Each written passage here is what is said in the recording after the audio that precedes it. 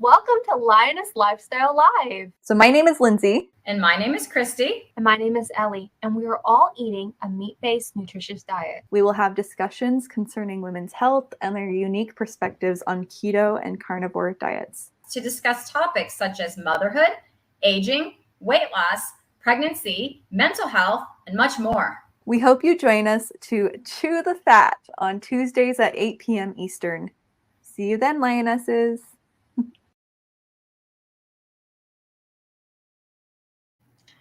All right, and we are live. Welcome to Lioness Lifestyle Live, Halloween edition. And we are so excited to meet with you guys this Halloween. Please get your questions ready for our awesome guest who will be bringing out in any moment now. We're going to, if you want to ask a question to our guest, please put QQQ or a big question mark right in front of your question. And we just wanted to let you know this is going to be the last stream where, not in forever, but like the last stream where we're streaming to all 3 channels. We're going to be alternating each month so that our little community can all be together in the chat. That's going to be starting November 7th stream. And that's going to be with Sophia Eats Steak, right?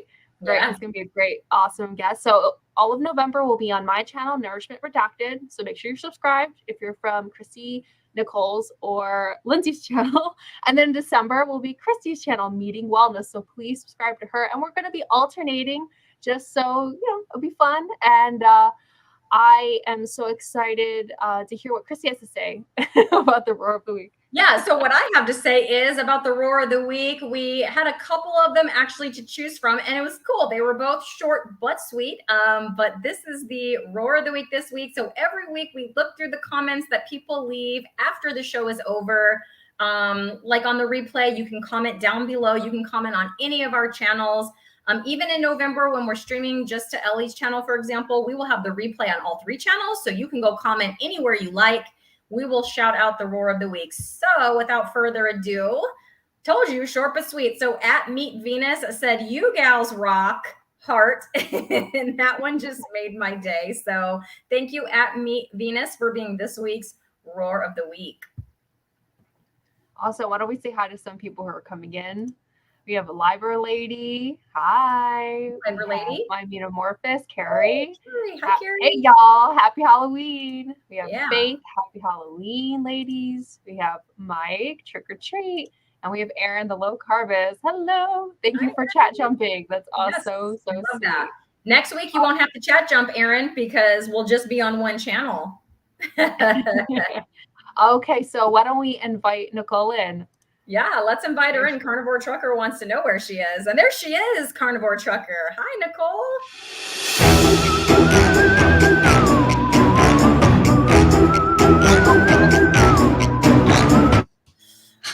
I told her she best come with her soundboard. So perfect. Hi, yep. Nicole. So thanks so much for coming on Lioness Lifestyle Live. Why don't you give yourself a nice spooky introduction to everybody who don't know you? You said a nice complete introduction? Spooky? You said spooky introduction. Spooky introduction. I'm Coach Nicole. So I'm a former fatty. Now I'm a certified nutrition coach, and I promote the low carb lifestyle. I do a lot of reaction videos, have a little fun. There's some sounds and dancing and all sorts of good stuff that happens when I'm involved. This live stream may seem like it's going well, and at some point it's probably going to go off the rails. I apologize in advance. Things kind of go sideways at some point. Is that good? Or did you want me to actually share my story? You could, yeah, share your story. Oh. Like, because your name is former fat girl. Like, why did you become a nutritionist? Like all those little juicy details. Cool. All right. So my story started when I was a kid. So for those of you who don't know, when I was 11, my brother passed away, and I didn't know how to grieve. I was 11. I didn't know what grief was. My parents just lost their child. So they were dealing with their own stuff. So I was kind of left alone. I didn't know what to do. So I turned to food. And I was able to outwork a bad diet, I guess. I've always been into sweets. Like back in my day, there were like nickel candies like Swedish fish and sour watermelon and all sorts of goodies that you can't really find now. So I ate all of those things all the time. But also, back in the 80s, it was, the 10 p.m. commercial, do you know where your kids are? So I was out from the time I got home from school until night, until my mom called me in the house. So I was literally active and literally out working a bad diet. So fast forward to 2001, right before my 21st birthday, I joined the Air Force. I was supposed to go to basic training on September 11th, 2001. I ended up getting delayed because, things happened that day. But I served 14 years in the Air Force, and my very last PT test, which is in the Air Force, it's a 1.5 mile run, push-ups, sit-ups, and then they tape your waist. If you bust tape, they weigh you, but your weight doesn't count unless you bust tape. So I passed every single PT test I've had in my entire career until my very last one. My very last PT test, I passed everything, but I busted tape. At the time, I believe women could be no more than 35 inches. I was, if I remember correctly, about 38 inches, and they weighed me, and I'm 5 feet short. And at the time, I believe I was about 170 something pounds, almost 180 pounds. So I failed. So I was honorably discharged on the failed PT test. I was not happy. But I continued to gain weight because I lost the structure. I didn't have anyone tell me to get up and go to work, to go run, to work out, anything. So in 2015, I got out in 2016, but 2015 I got married, and I was about 180 pounds there. And I think at my heaviest, I was pushing 200 pounds. So it took me a couple more years to get my stuff together. I did go to therapy in about 2018. So this is all recent. Like from when I was 11 until in my late 30s, that's how long of a journey this was, with binge eating tendencies. I didn't have an off switch, emotional eating, of course, and just borderline sugar addiction. So I did end up going to therapy. That's where I realized that I use my humor as a defense, although he did say I was funny. And then that I had a negative outlook on life and all these things. Like, it just opened my eyes to a lot of things. Once I finished therapy, it was cognitive behavioral therapy. That's when I was able to kind of make a change, and that's why I'm so big on food freedom and emotional eating and taking care of your stuff before you're able to lose weight, like your mental and emotional health, because that's truly what clicked for me. So that's pretty much the long of the short of it. I found low carb. I lost about 50 pounds before I found low carb, and that was from restrictive eating and obsessive workouts. But I found low carb the beginning of this year. I've always known about it. But in my formal training, we're told limit your saturated fat. Keto is your emergency system, like all these things. So I was kind of afraid to try it, but yeah, I went low carb the beginning of the year to try to help me feel better from sleep apnea, from being obese, chronic inflammation, digestive issues, my mental health, anxiety, depression, multiple knee surgeries, so inflammation, all the things. I did it for 30 days, and I was like, I'm feeling okay. 30 more days, and here I am. Like 8 or so months later, I stopped counting, but I know this is probably going to be a question. So the biggest transformation, I would say, is probably my mental health. And I know a lot of people say that, but as a business owner, I do a lot of public speaking, and I've struggled with anxiety and all those things since I was a kid, stemming from my past trauma. I would always have a response. Well, I would say 45 days into low carb, the beginning of the year, I had to give my first in-person talk to like my largest audience of like 50, 60 business owners. I had zero response. My heart didn't skip a beat. I didn't have a beat of sweat. I was cool, calm, and collected. I've never experienced that type of confidence in my life. I actually called my dad and said, I don't know what happened. This is wild. But that's probably the best transformation. But yeah, I'm definitely open to questions. I'm an open book, but that's kind of like hyper speed story because it was like a 30-year kind of journey to land me here. Okay. Well, I have a question if everybody doesn't mind. So you talked about going to therapy, and I know because you had your brother's death, was it to deal with your grief, to deal with your eating, or both? Yeah, so it's kind of funny. I'm not very religious. I was when I was a kid, but I'm not very religious. But I did go to a women's retreat for a friend of mine put me in touch with two of her friends who went to this local church, and I ended up going on the women's retreat just to check it out and all that stuff. And they had us. So I'm not familiar with the Bible. I read the Bible and stuff when I was a kid, but like I said, I'm not.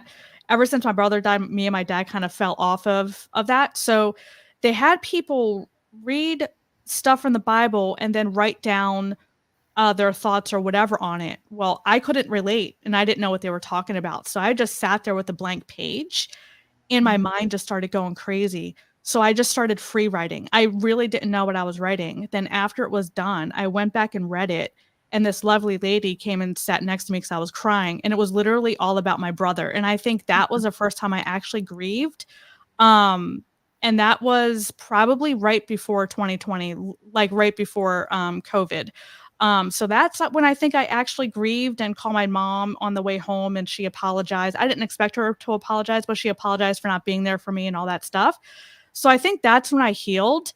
Therapy was more so to help with I don't think I necessarily needed therapy to help with my grief. I think I needed therapy to recover from all of my mental and emotional health from all those years of not grieving, I guess. So I guess a long way to answer that question is, yeah, not to grieve, but to kind of help with the emotional side, which is the eating and just how I dealt with my emotions, I guess, to help me cope and kind of reframe my negative self-talk and all that stuff. So I have better coping strategies.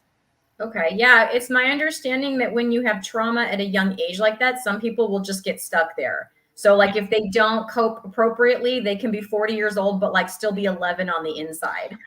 Yeah, I think, yeah, possibly. I mean, cognitively, I've always been mature, but yeah, when it comes to emotion, yeah, I was more broken than I thought. I had a tough exterior, but yeah, on the inside, I was more broken than I thought. So therapy really helped with that. Yeah, that's amazing. Well, if anyone in our wonderful chat over here has questions, please put them in and put a QQQ or a question mark in front of them so we can find them. Just looking through right now. So I did want to highlight this. So I did see that the Carnivore Trucker not only is a new member to your channel, Nicole, but is gifting one former Fat Girl membership. So I'm not sure how that works. Thank you, Sean. Yeah. If anyone else knows how that works, let us know. I'm not sure how that all works yet, but that's amazing. So thank you so much. That's awesome. Why don't we have some here, you need to see this, Nicole. Nicole is amazing. We all love you. And I just wanted to say thank you so much for sharing your story, because I know that somebody is going to be able to relate with that. I know I've struggled with mental illness and Christy as well. And like, just it shows how much you've healed being able to share that. So good job. Yeah, no, I appreciate it. And actually, up until a few years ago, I wasn't able to talk about my brother at all. I would just say he passed away. Now I'm able to talk about it more easily. But yeah, it definitely was not easy for sure. Yeah, of course. I can understand that for sure. So you talked a little bit about your relationship with food as a child. You said you just ate all the things as a coping skill, but because you were running around outside for a little while, you were able to outrun a bad diet. Did you how did you, I don't know, did you know that that was unhealthy, that you were doing that? Was it just you just did that and didn't realize that's how you were coping? Or can you tell us more about that? I didn't think about it, honestly. I mean, I was 11 when all this happened. I didn't think about it. It wasn't until, I guess healed that where I'm able to look back and be like looking back at my entire life and really put the pieces together. Cause when you're in the moment and when you're that mentally and emotionally broken, it's hard to really understand what you're doing. Especially when you're that age, you don't understand a lot. But yeah, looking back at how I handled things and assessing the situation, if you will, yeah, I absolutely had emotional eating 100%. I did not have an off switch when it came to especially sweets. I would consider that binge eating tendencies, not having an off switch. So I had an extremely unhealthy relationship with food, but in the moment at the time, yeah, I just thought it was normal because all the kids were doing it. That was a thing, right? Everyone eats candy. Everyone does all these things. I didn't have anyone saying, Nicole, that's not good. Your blood sugar is going to do this. Your insulin's my parents didn't know that stuff. It was just normal. So yeah, I just thought I was just a normal kid, but looking back, I realized exactly what I was doing and how I responded and just my coping methods. So that's why I'm big on food freedom and emotional eating, because I think it's a very important topic that touches a lot of people, and some people may not even realize what they're doing. Yeah, I know I didn't. Yeah. I didn't realize it until exactly what you said. You look back and go, what was I thinking? How did that happen for all those years? So yeah, I definitely get that. So I just interviewed yesterday, Miss Rhonda at Carnivore Leo, and she mentioned that when she entered, she was also in the Air Force. Yeah. And when she entered the Air Force, it was in the 1980s, though. I forget the exact year, but in the 80s, there was a weight limit. She could only weigh a certain amount to get in. Was that also similar when you entered the Air Force? When she was in, she had their basic training was different than ours. Theirs was women were makeup and stuff like that. It wasn't like that when I was in. I'm not knocking her, but I have friends who went in about 70s, 80s, and that's what they told me. But yeah, you have to be a certain height and weight. So I was always underweight. So I was, like I said, I was very fit. My recruiter actually told me to eat. I was 90 something pounds soaking wet when I joined the military. And I've always been, lean and very athletic. It wasn't until, I got into my, late 20s, early 30s where things really started to go south and sideways. But yeah, you have to be within a certain weight, both male and female, to enter the military, all branches, because you have to look a certain way. I don't know. I think they may have relaxed that a little bit, but when I went in, you had to look a certain way because it was all about appearance in uniform, and how you look and how you represent the service. I think they have since relaxed that a little bit, but yeah, it was still like that when I went in. Okay. So I lost the comment, but here we go. So you were talking about being a kid in the 80s and not knowing about the sugar. I can remember this. So Mike says the concern with candy back in the day was mainly cavities. Yeah. He's not wrong. My mom would just be brush your teeth so you don't get cavities. Yep. Not don't eat all that sugar because you're wrecking your metabolism. But who cared about cavities? I was like, I didn't care. I did not care. But yeah, you're right. It was definitely the whole just don't get cavity thing. Not a thing about blood sugar, metabolism. You might get diabetes when you're older. None of that. That's pretty crazy. I have a question. So since you're so passionate about food freedom, is there anything that you would like to share with others who maybe are seeking food freedom and how they could go about that? Yeah, I guess just explain exactly what I mean by food freedom. I know I explained it a little bit on the stream we did yesterday. But now that you have a better sense of where I was coming from and my long journey here, it didn't happen overnight. Absolutely not. But I didn't have an off switch when it came to sweets, specifically sweets. You know, some people do the chips and all that stuff. I was sweets, like chocolate more so. And my husband isn't doing what I'm doing. So the best way for me to explain this is he has Klondike bars and Snicker bars, ice cream stuff in the freezer.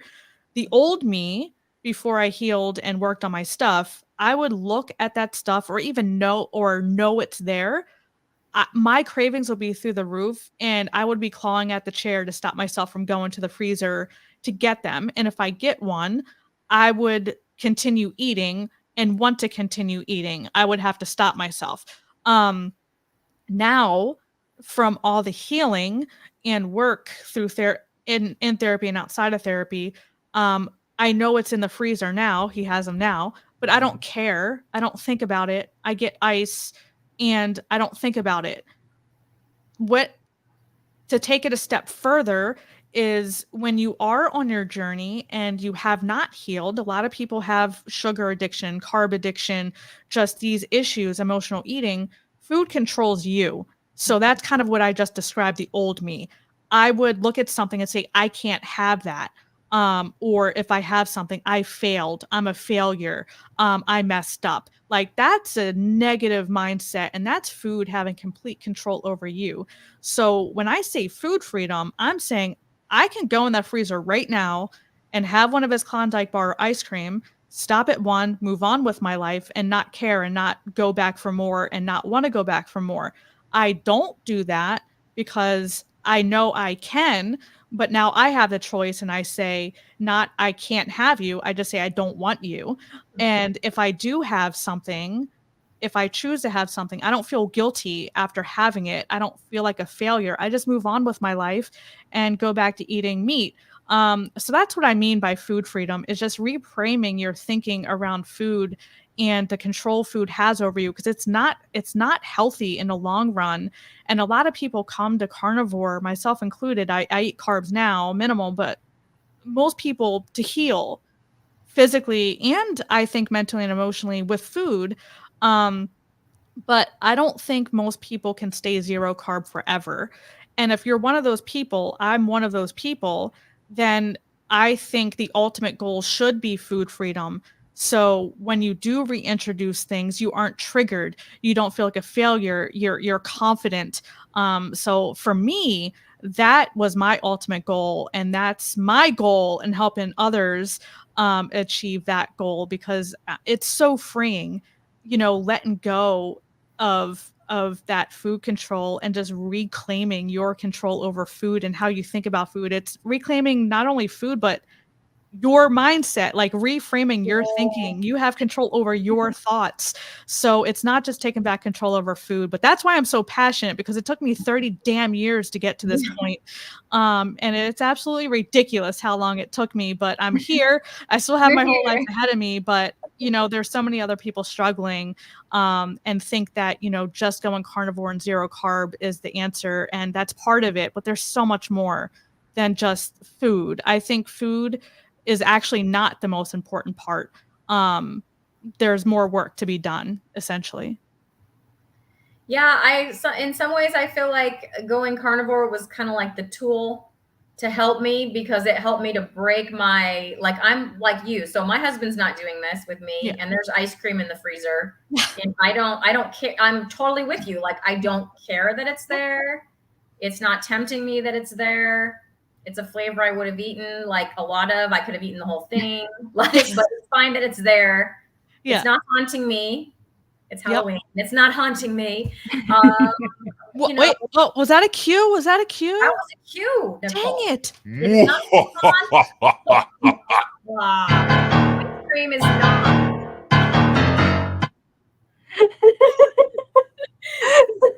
The ice cream is not making that sound at me at all. I just literally don't want it. Right? Thank you, Nicole. Yes. And absolutely 100%. So I'm curious how you ended up becoming a nutritionist. Did that start like in your Air Force days? Was that after your Air Force days? Like, how did that happen? I actually wanted to be a personal trainer because I've always been passionate about fitness. I love powerlifting, picking things up, putting them down, lifting heavy things. Um, but yeah, and when COVID happened, I don't know if we're gonna get demonetized. I'm sorry, YouTube. Um, but when that thing happened in 2020, I was furloughed. So I was a federal government contractor in Northern Virginia. I was furloughed. For those, just in case people don't know, I was essentially laid off with pay over over the thing when 2020 happened. So I was lucky that the CrossFit gym I was going to, the owner has had a garage gym, and he would let one or two of us at a time work out. Um, so that's when my weight loss started, actually.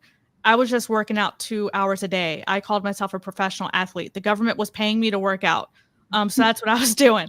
Um, but along the way, I was like, let me just get certified and further my education. I took exercise science and nutrition classes and stuff in college, but let me just get certified to help me continue losing weight. And that's where I learned all things about the fiber and the importance of cholesterol and saturated fat, but to limit those things. It was very conflicting, by the way. But I got it initially for that. I never intended to start my business or any of that. But after I got it and I got the certificate in the mail, I was like, if I knew now then what I knew now, I probably would have never ended the way I ended, like clinically obese, borderline morbidly obese, and all these health issues because of my weight. And then I was like, there's no one working with clients with weight loss who have been obese themselves. Most of the people who are in fitness have always been fit. I was one of those people, have always been fit until my early 30s, and I started ballooning. Um, so I wanted to be that person that can actually empathize with people who are trying to lose weight. So most of my clients need to lose 50 upwards to 100 plus pounds. And there's not very many people, personal training or otherwise, or nutrition, who have actually been obese working with obese individuals. So that's the main reason I started. And then it kind of took off from there and kind of bloomed into emotional eating as a specialty. Okay. And then, so you were trained in the traditional, right? Like what you were saying about, saturated fat is like, you need cholesterol, but it's bad at the same time and all that. So how did you, like, mentally, how were you able to get over that hurdle? Because that's a lot of training to go in one ear and then come out the other. Yeah, it was definitely all about the fiber. And even in one chapter, it says, because you lose nutrients because it gets wrapped up in the fiber and that's what you excrete out. But what I didn't know, and what I now know, it's in my nutrition book, but if you have excess estrogen or whatever, or your estrogen is too high, you also lose estrogen in your fiber. So like it's just a lot, right? So you learn all these things, and then I was like, I'm going vegan. I was vegan for 4 years. I'm like, I'm doing all the things that my training and what I've been told my whole life, and it's not working. I still feel like crap. Like, I'm losing weight, but I still feel like crap. I'm bloated all the time. I'm inflamed. I just feel like I have arthritis in my knee, bursitis, tendon, all the itises in my one knee. So like I felt like crap. So when I went to low carb and, came across all the things on YouTube, like I said, I've always known about it, but my formal training and the classes I took in college shied us away from low carb and keto and all that. So I think for me, it was kind of like a last ditch effort of desperation. I was like, I've tried everything else. I even went vegan for 4 years. That didn't work. What do I have to lose? And that's why I just did every 30-day chunks. But I was very lean and green. I can count on one hand how many times I had red meat, steak, and burgers. I was chicken breast, ground turkey, the brown rice, the turkey bacon. I didn't eat beef because red meat bad. I just didn't eat it. So it took me a long time. It took me a couple months actually to get my fat up high enough, because I wasn't used to eating fatty meat. I was very lean and green, registered dietitian way. So yeah, it took me some time to get comfortable eating that amount of meat because I wasn't used to it. I wasn't used to eating steak and beef burgers, and now that's pretty much all I want. I eat beef burger patties all day, every day, and people think I'm weird. I was like, hey, I spent all my entire life not eating beef burger patties. I was black bean burgers. I was turkey burgers. Now I'm eating beef. I'm like, that's all I want. I know. Look at your faces. I know. Yes. I know. Come on, give me a good what? What? Nicole and I told Nicole, like, we're gonna go over some sardines together today. So since you've been low carb, but recently you've been experimenting with adding more carbs in. So can you explain why you chose to do that and the pros and cons, possibly? Yes. Yeah. All right. Triggered. No. Jump scare. I think other people are triggered. It makes me sad. Okay. So I've always been very open and honest about what I eat. I've always, even in my about section on my YouTube, I say low carb. I've never called myself carnivore. I've never claimed to be zero. I've always said what I've eaten. It's always been berries. Within the last few months, I've had cashews. It's always been avocado. Berries were the two staples, then cashews. So I've always been open and honest, and I'll have dark chocolate, a couple times a week, a little dark chocolate square. So I've always been open and honest. What happened recently is, I would say the last few months, I haven't been feeling well. Now, my periods have started to fluctuate and all that stuff. I'm irregular. Sometimes I'm 7 days late, 4 days early, 3 days late. I don't know. I can blow at any time. I never know. Usually I'm regular, but I am pushing my mid-40s. It is of that age, so I'm probably not full-blown peri, but I'm knocking on the door. I think things are starting to happen, and I was just feeling very lethargic. No matter how much or how little sleep I got, I was always tired. I would fall asleep on the couch. I would not be able to focus or concentrate. I just was not feeling good. I couldn't work out because I had no motivation. I had no energy. I messed with my macros, my protein to fat ratio. I upped my fat. I went OMAD. I went 2MAD. I went 3MAD. I tried all the things. And nothing was working no matter what I did. So I came across Minnie Pell's video, which I did a reaction to, and she mentioned carb cycling around your cycle, and she was talking specifically for, perimenopause and above. She mentioned 45, but I've always extended it to late 30s, early 40s, because you can actually enter perimenopause in as early as your late 30s, early 40s. So I always say 40 or above. So she really started talking about that. So I'm like, that's interesting. Let me do some research. So there's not a lot of research on women's hormones. There's not a lot of research on women's health. There's definitely less research on women's hormones during menopause and all that stuff. It's just lacking. But what I did find through her video, other videos, and on Dr. Google is when you are, especially around the first 2 weeks of your cycle, and then I'll get into menopause. So when you're in the first 2 weeks of your cycle, so about a week or two before you bleed, your estrogen and progesterone levels get lower. When you enter perimenopause, menopause, postmenopause, all that, your hormones really tank even more. So what happens is leptin actually affects your progesterone and estrogen levels, your sex hormones. For men, it'll be obviously testosterone. For women, it's more so your estrogen and your progesterone. So when you eat a high fat diet, which is great for hormonal regulation, hormone balance, we all know fat, regulates hormones and all that stuff. The problem though is if you are a woman and your hormones fluctuate that much and are in the toilet, because depending on the woman, your estrogen is in the toilet, like below ground. And if you're eating a high fat diet, yeah, your hormones are regulated, but your blood sugar, your leptin, and insulin are very subdued, right? You don't get much of a rise at all. So if your leptin levels are pretty moderate and your estrogen levels are underground, you have to get a shovel to dig out your estrogen to get it back up.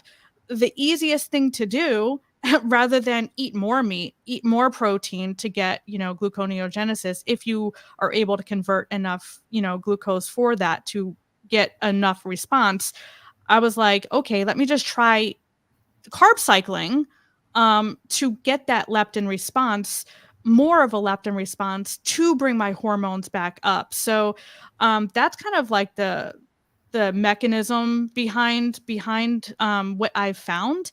And I feel a ton better. I mean, it's like 8:30 and I don't want to face plant. Like I feel night and day difference. But I will say my carbs are still 50 or under. So when I cycle between 20, sometimes less, to 50. So my carb cycling is still minimal.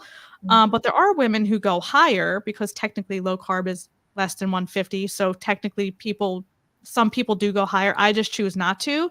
And this works for me. But that's kind of like my reasoning for it. I was just feeling like garbage.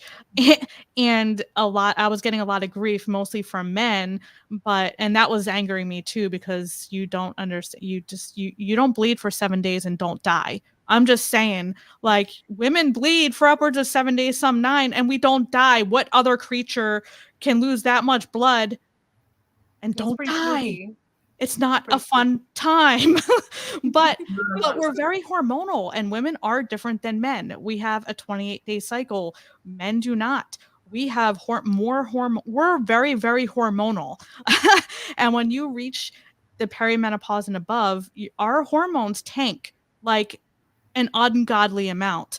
And I was to the point where I will do whatever it takes to help me feel better. And any man who gives me grief, I challenge you to become a woman and experience it. Because I was getting a lot of grief because I added more carb in, and I don't understand that at all. But I feel better, and here we are. What's crazy to me is you're not talking about you added like cookies and ice cream. No. You're talking whole food, like a half a sweet potato, right? Yeah. Am I getting that correct? Because Yeah, I've heard last week, a couple of times. actually yesterday too. Yeah, I had a half a sweet potato, but not even a big. It was like the smallest sweet potato I can find. I could have eaten the whole thing, but I was like, no, I don't want that much sugar. I just need a little bit. So I just ate half. But yeah, that's all I'm eating. But yeah, I've had a mass exodus of subs. I've just had a lot of hate comments, like on Jonathan's video when I talked about it. Yeah, people were being very mean in his comment section. He's had to block and delete a lot of comments, but it's people have just been very, very mean. Like, I can deal with losing subs and stuff, but a lot of people are making it personal. And that's what I don't appreciate. So all I'm saying is that's my reason for adding carbs. And like I said, I have not once ever claimed to be carnivore. I'm low carb, and I support everyone in the space, whether you're zero, low carb. We're all on the same team. We're all on the same team. Yes. I was telling you that yesterday when we were chatting, that it's like, as long as you're like low carb to Lion diet, like we're all brothers and sisters for sure. And you know what? 20 to 50 carbs is not bad. No, like at all. And like Christy said, you're not eating like cookies, and you're not eating, and you have that food freedom now. You're not like eating your husband's keto. If you have you're keto. This is why our live stream is meat based, because it's like we want everybody to come on. We just know that fat is important and protein is important. Like, and we don't discriminate. So that's why we love you and we invited you on, and so glad you're here. Yes, 100%. So Keto Oregonian has a question here. I'm going to pop it up. So I know the video she's referring to when I heard Dr. Bright say this as well. So she says, do you think 30 grams of protein per meal is sufficient? Dr. Elizabeth Bright recommends no more than that, but with 3 meals per day and 50 grams of fat. So she's not a big proponent of like fasting. Gotcha. So she recommends 3 meals a day with about 30 grams. I heard her say this. I just heard it like 2 days ago. So I remember it very well. 3 meals a day, 30 grams of protein, and then 50 grams of fat. So she's asking what your opinion is on that. Yeah, I'm familiar with Dr. Bright, like in the sense I know who she is. I'm not familiar with her content. I think she was at KetoCon, or I've seen her somewhere. Technically, if you're 30 grams of protein per meal is only 90 grams of protein in a day. The standard recommendation, and these recommendations are based off of, the standard American diet. And when I say the standard American diet, I don't mean processed foods. I mean the standard recommended diet, which is 50, 60, percent carbs and just a high carb diet. The problem with 90 grams of protein is, because I know Becky's eating low carb. I don't believe she's no carb. I believe it's low carb. The problem with that is, depending on if you are eating carbs, then no, it's not enough, because you do need the gluconeogenesis, especially if you're eating that low fat. So if you're eating 90 grams of protein and 50 grams of fat, if you do the math, so 90 times, or 9 times 50 is, what is that, like 500? And then 450. Yeah, and then 90 times 3 is whatever. So you're under 1,000 calories if you're talking calories. So that's not enough. I think I don't know what she eats. I believe Bright is low carb, but that to me signifies that this recommendation is based off of a moderate to higher carb diet. I'm wondering if it's 50 grams of fat per meal. That part I don't remember. I just remember the protein number sticking out to me because it was a little lower than what I heard. If it's per meal, then that changes things. But the way it's written, it makes it seem like per day. But it depends on if it's per meal or per day. You really don't need as much protein. It's really not hard to get your protein in. It's harder to get your fat in. You really don't need as much protein as you think. The recommendation is about 0.8 to 1 gram per kilogram of body weight. So 90 for most people would be sufficient to meet your minimum requirement. Mm-hmm. So she's not wrong there, but it just depends. Okay, so per meal. So 50 grams of fat per meal and 30 grams of protein per meal, 3 meals a day. So 50 times 3. We're doing math. Yeah, that's 150. That's 1,350 calories, and then 90 times 3. Yeah, so you're looking at about 1,600 calories. So that's not too bad. It just depends on where you are. If you're not trying to lose weight, then that's low. I don't know. I don't track macros though. Like if you're eating primarily meat, if you're eating triple B and E, that's the most balanced animal-based diet. She's not wrong. I don't necessarily disagree. I just don't like that blanket statement because that doesn't apply to everyone. Yeah. I just don't like that no more than this for every single person, because that's not accurate at all. Everyone's different. If you weigh more than someone else, your requirements are going to be different than someone like me. So I don't like that blanket statement. And she did talk about that. So the video that I watched was specific to thyroid. She was talking about, it was a low thyroid video when I heard her say that. I don't know if she said that on other videos. And she definitely made the caveat of if you're, a 6 foot tall man versus, different sizes. And she was talking about exercise as well. Like if you're working out, so much and things like that. But it was, she was specifically addressing people with thyroid. Okay. Yeah, I'm not familiar with her content at all. I would just say if you are following an animal-based diet and you are eating some carb, the carb would be the only macro I would recommend tracking to make sure I recommend people stay 50 or below, but just to track to make sure you're not consuming too many grams of carbs. Otherwise, if you're eating predominantly meat, honestly, in my opinion, you don't really have to track. That's just my opinion though. I don't track anything personally. Yeah, okay. I don't either. Yeah. I don't track anything. Yeah, I don't either. I feel like if I was more keto, like I used to be keto, I would track my carbs then because I wanted to make sure that they were staying under that 20. Right. But since I've cut out all of that stuff and I'm not 100%, carnivore, like I say, I still have my chocolate. I don't take my lioness ears or whatever you got to take, but I bought an avocado the other day. It's on my counter. I haven't eaten it yet, but it's sitting there. It's looking at me. It's getting ripe. Oh, that's not my cue again? Oh. An avocado. Soundboard fail. Yes.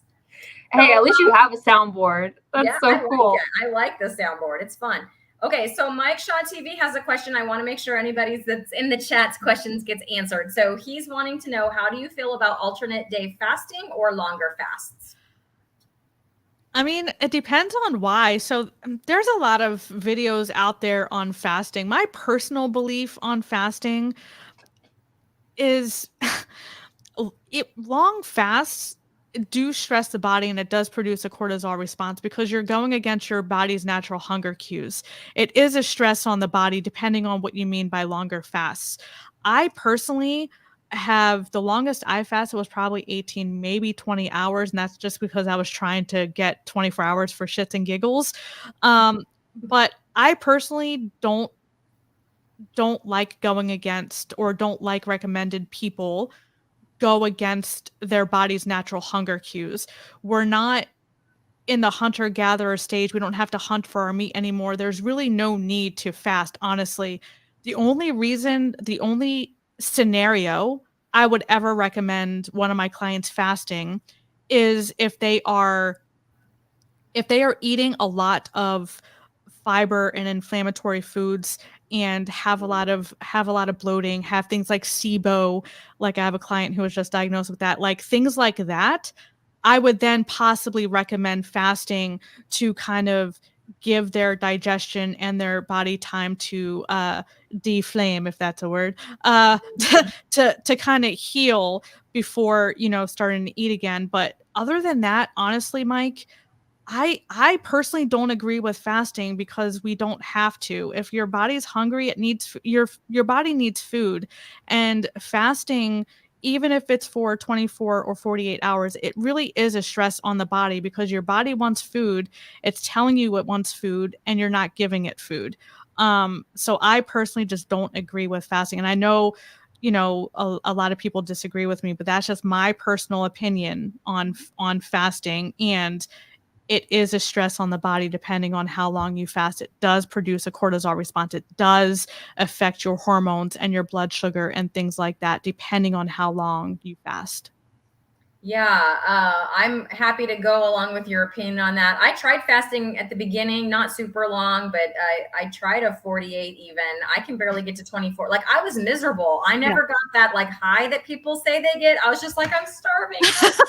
Like, I was weak. Like, it was terrible. Yeah, like, they tell you to eat salt. Like, they're like, drink salt water. I was like, bleh. Like, or I could just eat it. The longest fast I ever did was back when I did keto, and it was like 20 hours, and I was like, come on, 20 hours. I can't do it. I had one of those apps. My leg keeps turning. I'm sorry. I had one of those apps, and I was like counting down the minutes, like, okay, 5 minutes. That's not healthy. I don't. I can picture Ellie in the corner. Yeah, just rocking. Food, please.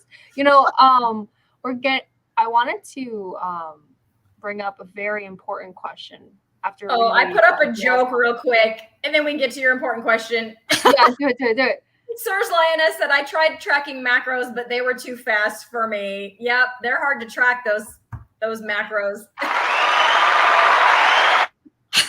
Thank you. Bill's so funny. I think she's like the funniest carnivore. That's what I think. Thank you, sirs, for the laugh. Okay, Ellie has a very important question. Ellie. And it's not for me. It's from Aaron. The low carb. It's so important. What the heck?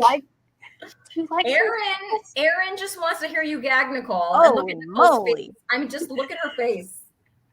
Yeah, just look, Aaron, and you know the answer. So Aaron she used to not like sardines either, Nicole, and then I made her eat them with me live, and guess what? Now she likes them. Like, nope. She does. Seriously, like, we went live together.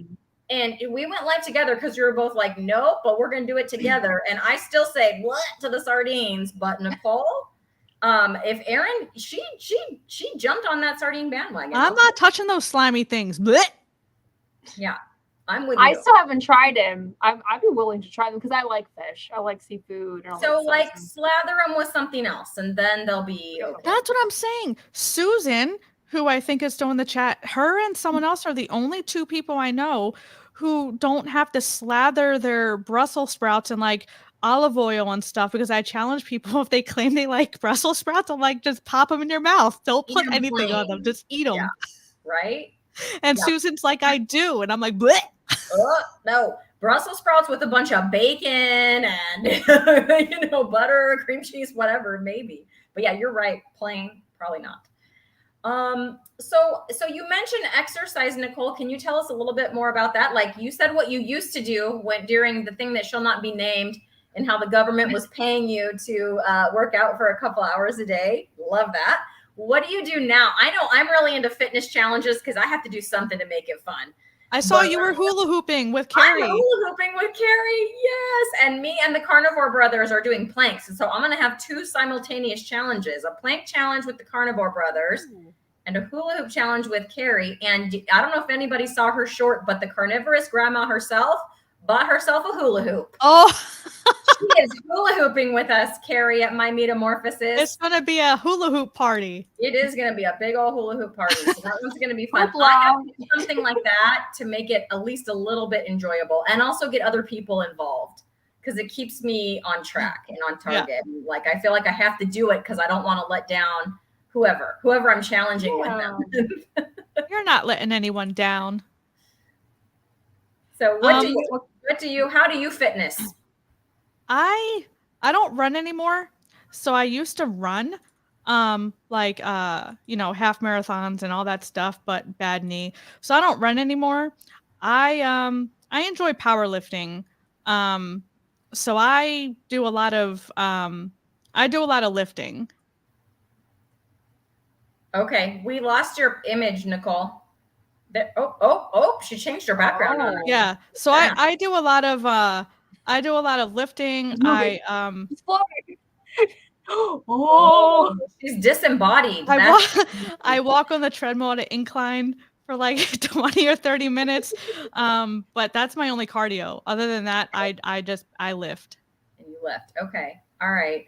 Yeah, I need to get my weights back out. I was doing more of the weights. She's not going to let me talk. She's just going to laugh. You're like the Haunted Mansion. You're like those ghosts at the Haunted Mansion. Go ahead. In the background at Disneyland. What was I saying? Oh, yes. I used to do the weights. And then I kind of got into the sprint challenge. So in September. And so I've been sprinting and then I've been doing push-ups and squats this month. And then next month we're going into hula hooping and planks. But yes, I should pull the weights back out. I know it. But I can't hula hoop. I don't know. I can get I get bored. I'll do it. I'll get it going. I'm like, I'm done. I just let it fall. Well, we have weighted. They're weighted. The hula hoops we're using are weighted hula hoops. So Carrie, are you still in the chat? Your hula hoops weighted? Yes. The heck? Yep. It's strong. Tell her, Carrie. Carrie and I are going live tomorrow to talk about it. Okay. If I can get back from my hair appointment. Sorry, Carrie. If I'm a little late, I'm in traffic. California freeway traffic. Carrie will hold it down until I get there. I have a weighted jump rope. Okay. Oh, those are good. That's a good exercise. You know who jump ropes is the Kent carnivore, Lee Copus. Lee jump ropes? Yeah, he could do some tricks. What? Oh. Yes, because I interviewed him. I was like, what is happening right now? Was he jump roping on your interview? No, but he did a so video. I'll go watch it. Seriously, go watch my interview anyways, because I need the watch hours. But yeah. Go to his channel to watch him jump rope because he can do tricks. That's crazy. That's the one exercise he does.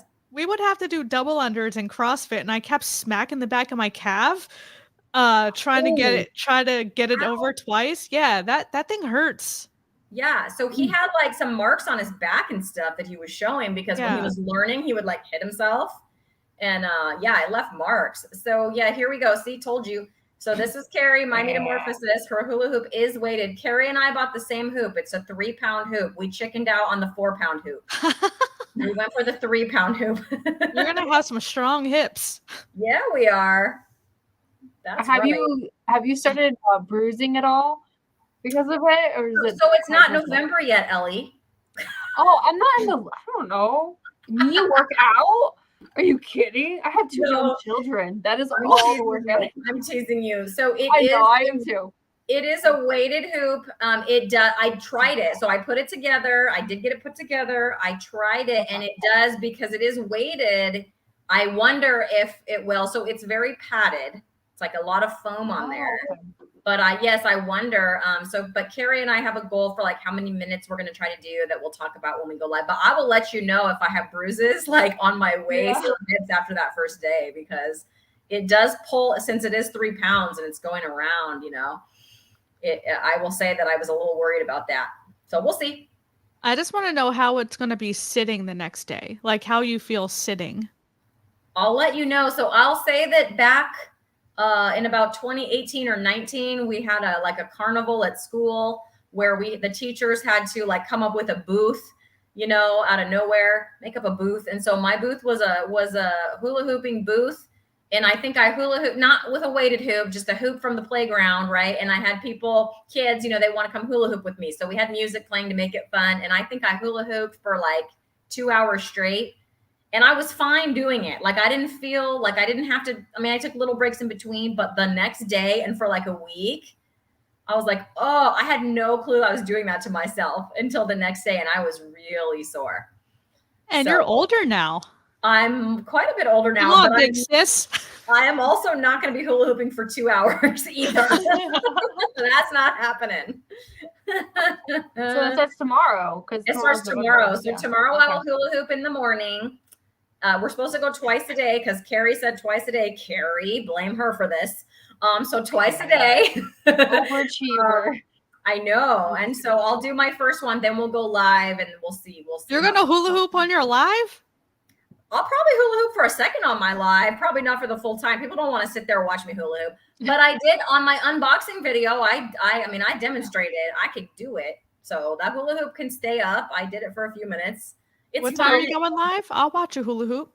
So live tomorrow at 5 Pacific. But I might be a little late because I have a hair appointment at 3 and I'm going to be in traffic on the freeway trying to get home after that. Carrie, you're screwed. Carrie? Sorry, girl, but yeah. Don't leave her high and dry. Yeah, don't. I'm going to try. If I have to turn on my phone and point it up at my face, you can watch me drive home. There you go. Do that. You know what? Hey, Christy, why don't we get that wheel out? Oh, yeah, we got a meaty question for you, Nicole. So let's get that up here. I have it ready. I think I even have it in full screen this time. I'm not going to mess it up like last time. I think so. Let me know. Yes. All right. We have our meaty question wheel, Nicole. I don't know if you've seen this, but I'm going to spin it and we're going to spin a meaty question for you to answer. So here we go.